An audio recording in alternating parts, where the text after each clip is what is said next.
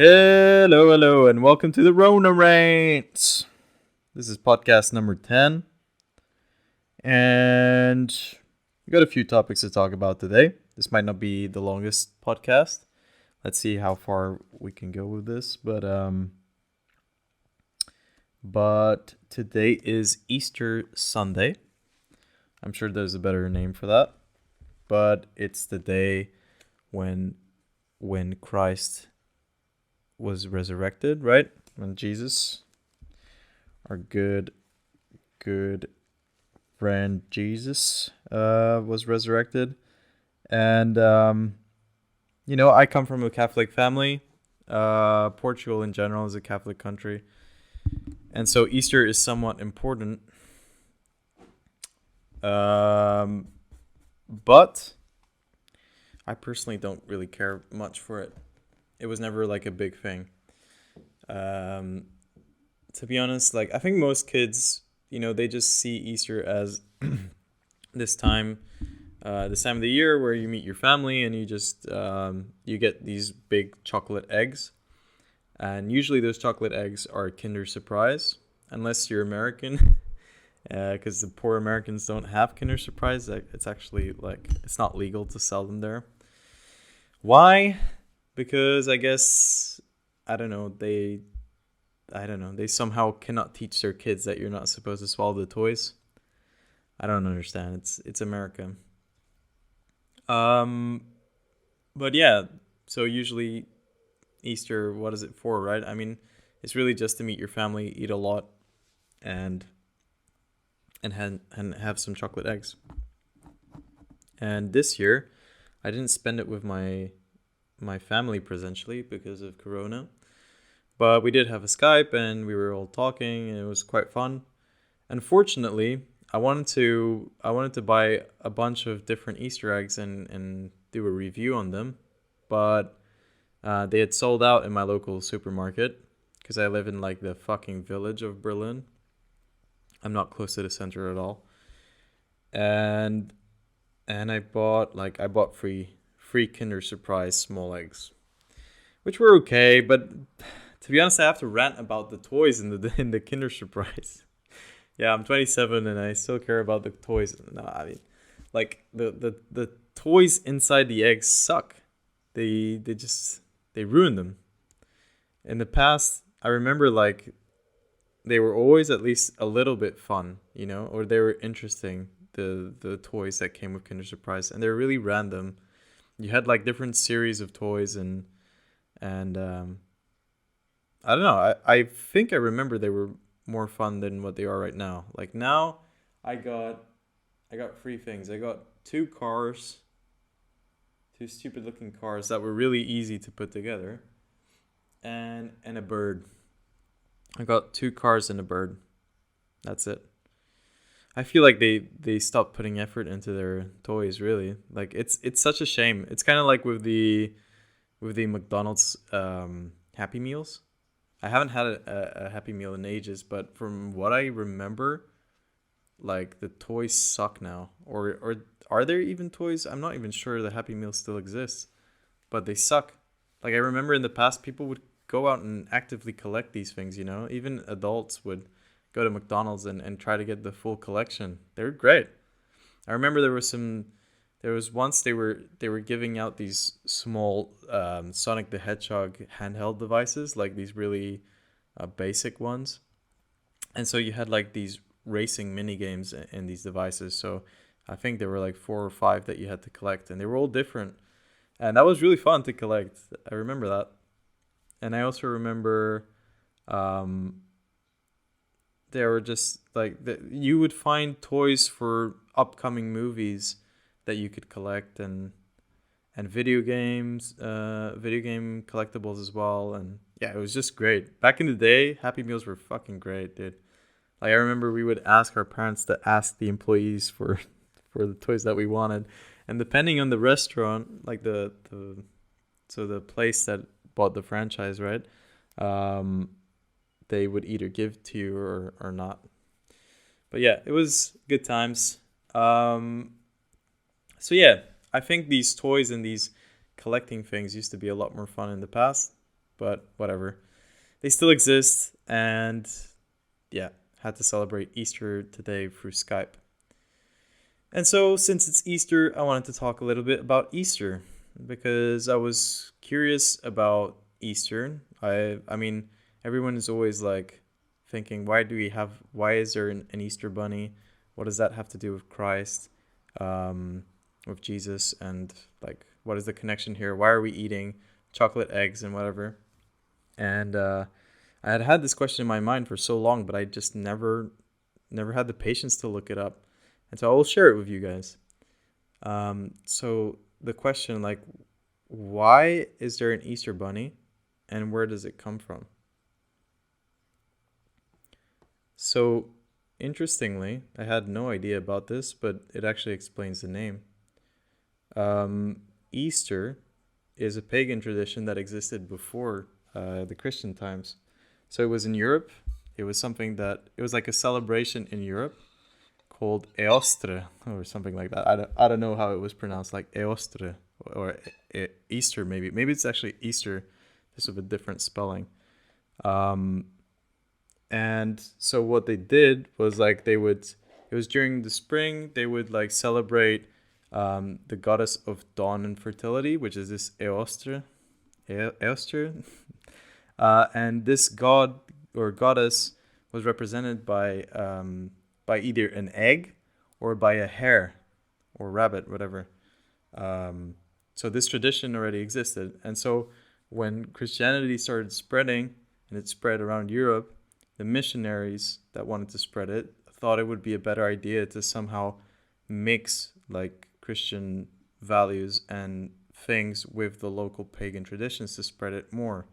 And it just so happened that the resurrection of Christ coincided with Easter. And so they kind of they blended together. And that makes way more sense, right? Like in the past you would always think, what the fuck? Where did the Easter bunny come from? So the Easter bunny is just a symbol of this goddess that used to exist, and we're still playing around with the pagan traditions apparently. So it's kind of interesting. So what they would do is like they pretty much just like the kids would make these by the way, the rabbit or the bunny, the actual rabbit, so they how do you say this? They worship this goddess, and they painted her like a rabbit, right? They would see her as like this hare, a rabbit. But the Easter bunny, like the proper Easter bunny, only came a bit later, and they called it the Osterhaus, something like this. I think it's in like old Germanic text. And so what they would do for the Osterhaus was that this rabbit would go around and would lay a nest of colorful eggs for children that were good. And so like this, tradition of making, what they would do, the kids would just prepare nests and they would wait for the bunny to come around and give the eggs. And then this kind of like over time became a candy chocolate thing, and kids were happier. So that's how we got to where we got. And then Kinder Surprise or Kinder decided to jump in and make these stupid eggs. So it's kind of interesting. And then I checked. Apparently, Ukrainians also had something. So the Ukrainians, they had a tradition of painting the eggs, so that it actually comes from Ukraine, the whole tradition of painting it. Also for like gods of fertility and health. So there must be some connection there. But yeah, the tradition of painting eggs came from there. And then another interesting thing, which I also had I had thought about a lot, but never really researched, was the Fabergé eggs. So everyone has heard of the Fabergé eggs, right? It's these really, really expensive jeweled eggs that are collectible. They're collectibles. They're collector items. I think some of them are in museums, and some people own them as well. They go for like 5 million per egg or something like this. And so apparently they are also Easter eggs. I didn't know this actually. So they were Easter eggs that were made in Russia. So one of the Tsars, he once, from what I read, it was like he ordered one jeweled egg for his wife, not from this company, but he just ordered it and got it done. And then there was a guy called Fabergé, who had a company called the House of Fabergé. He was hired to basically make a better version of these jeweled eggs for Easter. So he made one, and the Tsar offered that again to his wife, and then she really loved it, and everyone really enjoyed it. And so basically, the Tsar told the guy, "Look, you have total freedom to make them however you want. We just want you to make it once a year, and just make it a complete surprise and completely unique." And so, like every year, except for war times, Fabergé would constantly be making like an egg for the Tsar. And so they were always full of they were really expensive to manufacture, so they were really expensive in general, and that became a thing, the Fabergé eggs. It's kind of interesting, but this whole collecting thing, I always get a bit triggered with collections, like not that I don't like to collect things, because I think that's fine. I mean, it's kind of fun. Like if you're a fan of some series, it's cool to collect some items and stuff. But it's a bit annoying how people tend to want to collect everything, and then the value of an item can go up like immensely just based on the supply. Because some people are insane. It's really just because some people are insane. Like they want to have the title of owning every single piece of the collection, so they're willing to go like to extreme extents to complete their collection. And you got really crazy shit going on in the world because of people that are super rich and they want to have the bragging rights of like having the complete collection. And it's just crazy. Like you can, if you look for certain things online, you can find some items that are like ridiculously expensive for absolutely no reason. And especially like one of the things that I have the most experience with is video games. And I mean, you can find some video games that go for exorbitant amounts. Like it's insane. There's some that go for over 1,000 euros or more. Then you have, for example, the Pokemon cards. Like Charizard. I don't remember how much Charizard costs. Let me check. I think it was about 200 euros, just one card. So if you had like a pristine Charizard card.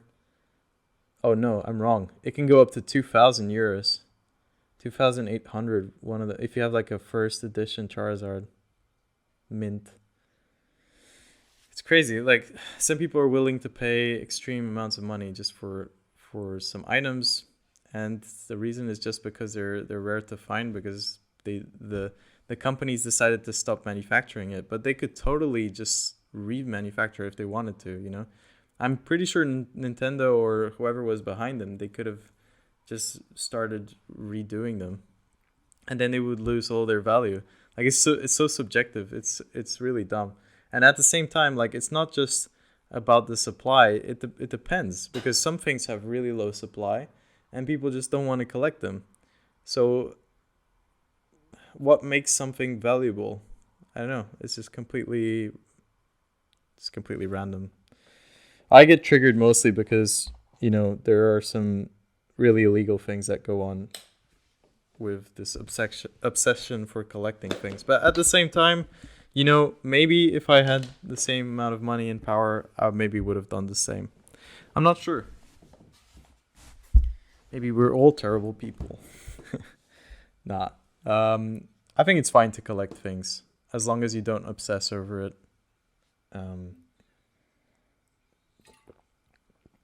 I think that's okay, completely fine. So now that I derailed from this conversation, I wanted to talk about hipsters. This is another thing that I had thought about recently to talk about, but I wasn't really sure how to bring it up. and and it's a thing that I have to deal with on a regular basis, and that is hipsters. Hipsters. And so first we need to discuss, like, what is a hipster, right? What makes someone a hipster? And what do I think is a hipster, right? So the definition that I found for a hipster is it's a person who follows the latest trends and fashions, especially those regarded as being outside the cultural mainstream. So that's a pretty standard definition. I think, like, I don't agree with it 100%, but you always think of, like, hipster as someone that doesn't follow the mainstream, pretty much. I just don't agree with the first part, like following the latest trends and fashions. I'm not sure that's true.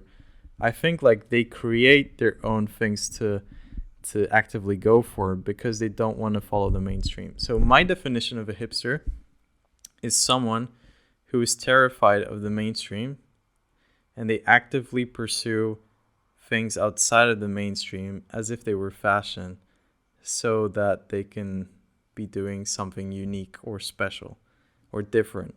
That is my idea of a hipster. So in my opinion, a hipster is, like, it's almost a negative term. I think it's almost an insult.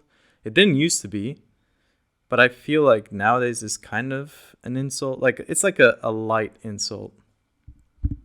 That's my opinion. Why is it an insult? Because I think, like, there's two things that annoy me a little bit with, like, what I perceive as hipsters, right? So number one is, like, they disregard a lot of good content, good products that simply because they're popular. Number two, they can maybe try to make other things that are not popular look like they're really good when in reality they aren't. It's just so that it looks like they're, like, they try to trend set things that maybe don't have enough value to be trend set with. I don't know if that makes sense. And the third thing is that there's a lot of arrogance. My perception of a hipster includes a lot of arrogance and looking down on people. And I think that's why people actually use this hipster thing, because it's kind of, there's some kind of, like, I don't know, just edgy attitude there, like looking down on others. Oh, you watched this? Oh, you're still reading that? Wow, you haven't even heard of this, I'm sure, you know? It's annoying. It's quite annoying. And especially I think the avoiding good popularized things is stupid, Even, like, what was the term? There's a term for this is a whole other topic, but I think it's interesting to point it out. What is that term? Fucking hell, I forgot. Guilty pleasure. Guilty pleasure is a stupid term, for sure. Like, that's guilty pleasure. I'm trying to understand, why did this term even exist? Like, why does it exist? A guilty pleasure. Like, it's so a guilty pleasure, if you don't know what it is, it's something that you enjoy doing or watching or reading, just something that you enjoy, but you feel guilty about enjoying it because you perceive it as less valuable. But that whole term is stupid, right? I think it has some connection to things being popular or things being mainstream, and in a way related to hipsterism, or, like, you just don't want to be perceived negatively for enjoying these things. But yeah, a guilty pleasure is stupid, For example, if you like Justin Bieber's songs, a lot of people that do like them, they'll say, yeah, this is my guilty pleasure. I like Justin Bieber songs. It's not a fucking guilty pleasure. You don't have to feel guilty about it. If you like it, you like it, And if people judge you, it's stupid. Like, they're stupid. It's just a song. Like, they'll think, yeah, your tastes are very basic. All right, fuck it. But if you enjoy it, like, you can't just look at the things that you enjoy and say, oh, this is basic. I like it even though it's basic. That's fine. It's fine to like basic things. Like, it's fine to like popularized things too. I remember when I was younger, I was a hipster in a way. Like, I would actively avoid things that were popular, and Titanic was one of these. I avoided Titanic because I felt like not watching it made me like interesting. Oh, you've never watched it? In a way, it did. And also because like everyone's talking about Titanic and how it's such a it was such a great movie, and I just never had the opportunity to watch it either. But in a way, it was also to escape like the this popularized thing. Another example that I can give is Naruto, the anime Naruto.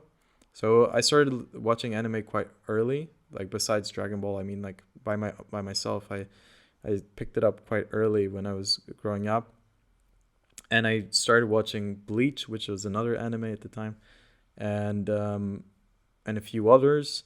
And everyone had told me about Naruto, how it was a great anime to watch, and so many people were watching it, and you should get on it and whatever.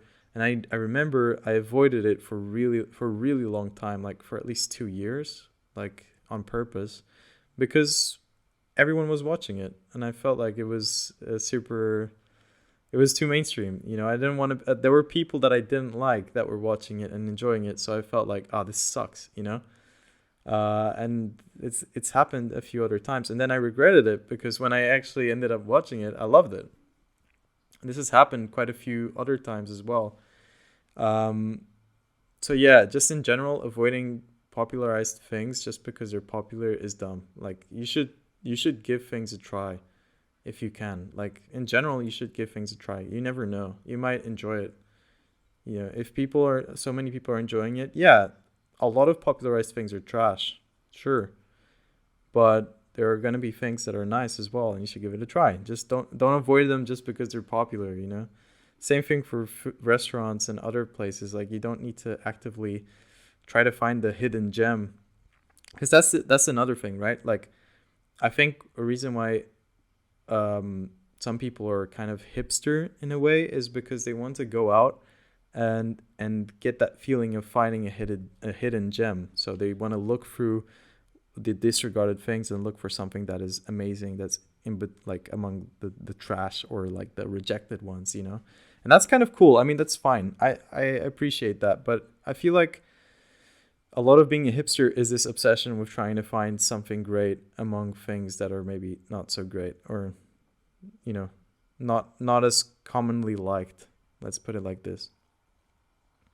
But the worst part of hipsters, I know I'm just trashing a lot of people here, but fuck it. The worst part about hipsters um, is when they find something new that is nice, and they have a really annoying way of spreading that to other people. You know, like they will they'll find something uh, completely new and interesting, and they will pick it up, and they will kind of like they won't shove it down your throat, but they will totally be talking about it all the time, like really obscure references, and not really trying to convince you to watch them. It's more like they're trying to tell you, oh yeah, I watched this, by the way, which is really uncommon for people to watch. And I put effort into finding this. So like, yeah, it's cool about me. Like I watched this, and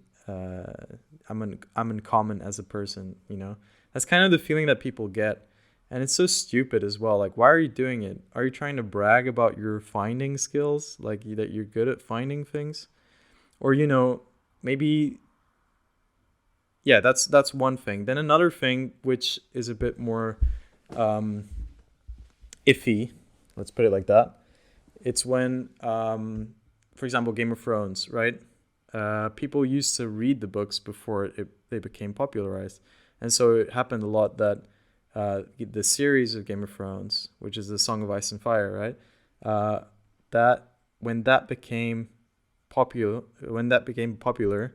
a lot of people were like, "Yeah, I used to read the books before the show. They're great, but like the books are better." And let's not get into the books are better discussion, but like, yeah, I used to read it before, and you know, blah blah.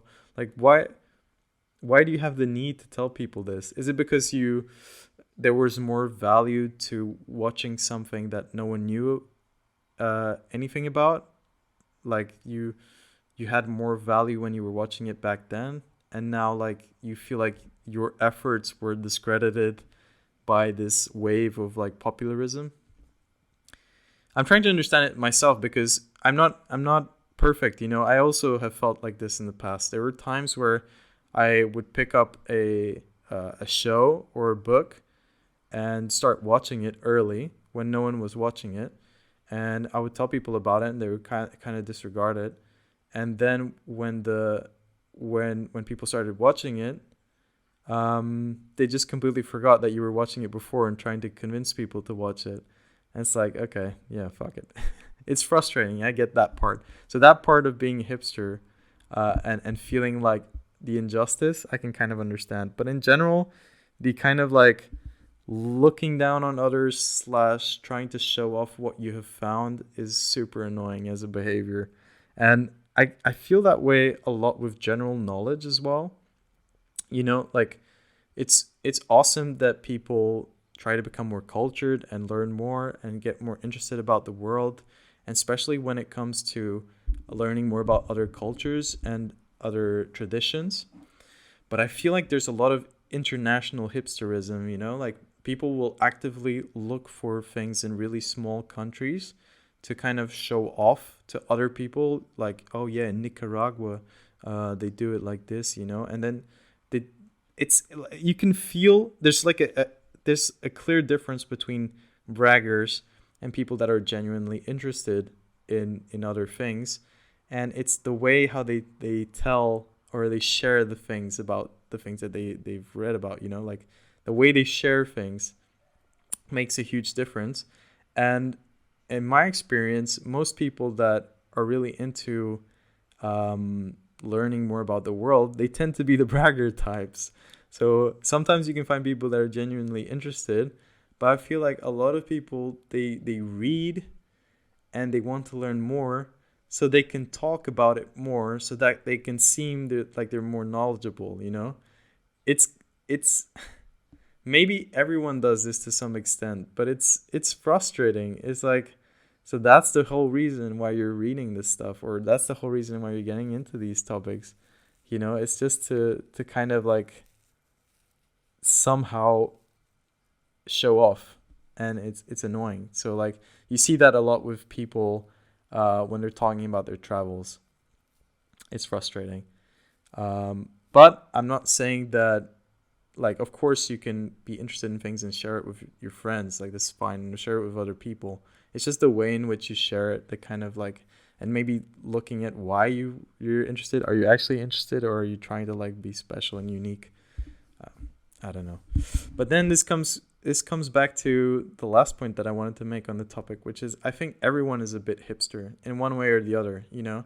So I think people, based on what I said, you can kind of relate to the things that I said in one way or the other. Like I think everyone has been in this situation where they they find something that they like and no one knows about, and they start investing in it, and somehow it seems to have a lot of value, because it's something that's not known. It's like a hidden gem, and then everyone starts learning about it, maybe because you shared it and it became viral or whatever. And then it feels like, um, you would tell people about it and they didn't give a shit, and now that it's popular, everyone's jumping on the bandwagon. So you feel kind of like you're not getting the credit that is due. That's one feeling. Um, I think a lot of people have felt that at some instance in their life. And then um, there's also this kind of like looking for things just to seem fresh or unique. And I think everyone has also maybe shared knowledge because they want to seem like more knowledgeable, or they want to brag a little bit. I think that's fine, you know. It's just if you do it too much, it's annoying. And the reason why I was talking about this is that Berlin is a city of hipsters. It's insane. And especially this international hipsterism is so prevalent here. It's really crazy. Um so what happens a lot is you're talking to people that you meet, and they tend to be quite knowledgeable about the world, when it comes to political issues or traditions in different countries, different types of food. Um, yeah, pretty much, and some other things, of course, maybe even books or art. Um, but then, if you're interested in learning about these things, the way that a lot of people share this stuff is so obnoxious, and I've literally been in discussions where people are saying, oh yeah, this food in um, in Paraguay is so good. Like, you cannot find this anywhere else. You guys have to go to Paraguay. And then someone else is like, oh yeah, but in Singapore you can find the best soup or whatever. Like Westerners have no idea what this is, blah blah, blah. And then someone else interjects with another country. And it's like, shut the fuck up, guys. Like, can't you just sit down and recommend stuff like a normal person? Like, fucking hell. And then it's annoying too because a lot of people here, they dress in supposedly different ways, to kind of fight the mainstream um, clothing norms. But in the end, they're basically following they're following everyone else here. Like, maybe for the rest of the world, the way they dress is different. They have they have 3 or 4 different ways of dressing here. But in the end, it's actually quite limited, and they're kind of copying each other as well. So you're not that fucking unique. You're not that expressive in the way you're dressing. So I don't know. It's frustrating. It's annoying. It's annoying. Um, and so that's why I have some kind of pet peeve with hipsters. But maybe I'm also a hipster in a way. Like I said, maybe we all are. So let's move on to the last topic that I wanted to talk about. This is a shorter podcast. And that is a hypothetical question. And the question is, would you rather have a sorry. Sorry. Would you rather have a pause button in your life or a rewind button? And this is a good question. Also a very hard one. Let's go through both options and try to see if we can make sense of them, right? So the pause button. If we had a pause button, what's the advantage of having a pause button? Well, I guess I wonder, like, if we press pause, would we still be able to move or just think? I'm guessing it's just think. Like, you couldn't move because otherwise it would be super overpowered. Like, if you could pause time and not age, that would be too overpowered. So let's assume that you would, like, everything would freeze except your consciousness, your conscience. And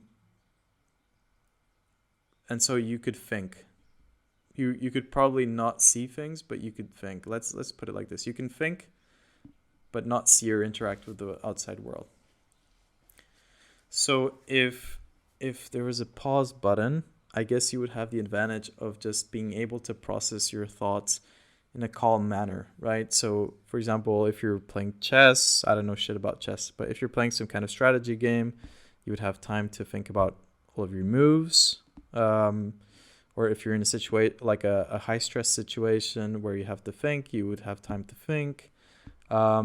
If you're in a violent encounter, you can have time to calm down. In a situation where you'd have to make a hard decision, you will have more time as well. So basically, pause buttons would be great for situations where you kind of like impulsively have to decide. So in this case, I think the chess case doesn't make sense because you will always have time, right? Unless you play the short time games. But like in games where the fast paced games where you need to think, yeah, the pause button would be useful. And also like just for interacting with people and maybe even in dating, it could be useful. Job things as well, just to think. Yeah, it would in general be a very useful tool. And the good thing is, like, yes, in a way it would be cheating life, but it wouldn't be that much cheating. Like, I don't think I would feel like I'm cheating so much in life, I would feel like, yeah, it's a superpower that's helping me, but it doesn't feel like I'm that I would regret pausing, you know? Like I wouldn't regret pausing. I could always, it doesn't change much. It just gives me more time essentially to do things. Um and then we have the rewind button, and the rewind button is more useful than pause for sure. So you can go back on decisions. Maybe you can go back, like you can go back on small decisions. Maybe you went down a certain course in life that you hate, and maybe you can kind of think back like, oh, there was a fork in, there was a point in my life where things kind of forked into two different paths or multiple different paths, and perhaps if I would have made a better decision back then, my life would have been a lot better. So you could always press that rewind button and go all the way back and make a better decision. So in that sense, it's a lot better of a tool than the pause button. Also, you can always just constantly rewind if you want, and you can basically simulate a pause, right? So if you just constantly go back in time, it's basically a pause, right? So it's essentially a more powerful tool than the pause button. Um, the only problem with the rewind button is kind of similar to another question that we had in the past. The problem with the rewind button is that it would give you the temptation of doing something that I think could make you really jaded in life. So, um, since you could always go back on your decisions, when you make like these minor mistakes that can help you in your life, or maybe they will even just kind of hurt your life in a way, you would have this temptation of going back on them. And so you would end up, I think you would end up with this temptation of going back on really small things, even if they're not mistakes, just to optimize your life, you know? So, like, I can think about it in dating, like maybe you would say something and expect a certain result and you don't get it. So you just go back in time a few seconds and you try again with something else, and then you go back and just keep doing this. And you start doing it with a lot of other stuff as well, maybe at work or like, yeah, with colleagues, or I don't know, anywhere really. It can even be like playing sports, or of course you can abuse it like for bets as well, right? You could just um, go betting. You can use the rewind button to be a millionaire, multi-millionaire. I just think like um, the rewind button is a much better tool than the pause button, but it's like it's a double-edged sword in a way. Like it can give you so much power, but it can also corrupt you so much, and I think it would make your life really hard. So which one would I pick, the pause button or the rewind button? Um, I actually didn't think about it before I made this podcast. Uh, Last time with the other question, I picked the more conservative one. With this one, one important thing to mention is, would these buttons always be available? Because I think it makes a big difference if they're only temporarily available, you know? Like if you could say, "Oh, I just have this button for 2 months or 3 months," then I think I would go for the most powerful one, rewind, for sure. But if it's forever, like the rewind one has a huge corruption factor. But mm, um, I would go for the rewind button. I would pick the rewind button. And then I would have to hope that I don't abuse it. I would have to put some limits so I don't abuse it.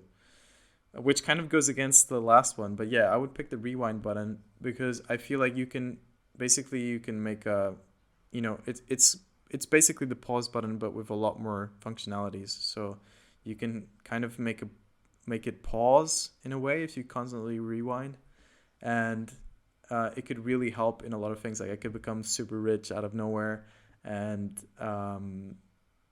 and it would just help a lot in life in general. But I would put some kind of limit somehow, like just use it maybe a few months just to like get a boost in my life. and I would try to not use it in dating or any kind of relationships. But who knows? Who knows how it would be? I don't know. But I feel like I want to believe that I would have the mental strength to not use it inappropriately, you know? So I would pick the rewind button. What would you guys pick? Let me know what you felt about these topics. Like, do you have something to say about Easter or hipsters, or like what you would pick in this hypothetical case? I'm curious. Um, I hope I didn't call anyone out as a hipster. But if you are, maybe you should like think about your life. Nah, it's just joking around. But yeah, thanks for listening, and have a nice Easter. Cheerio.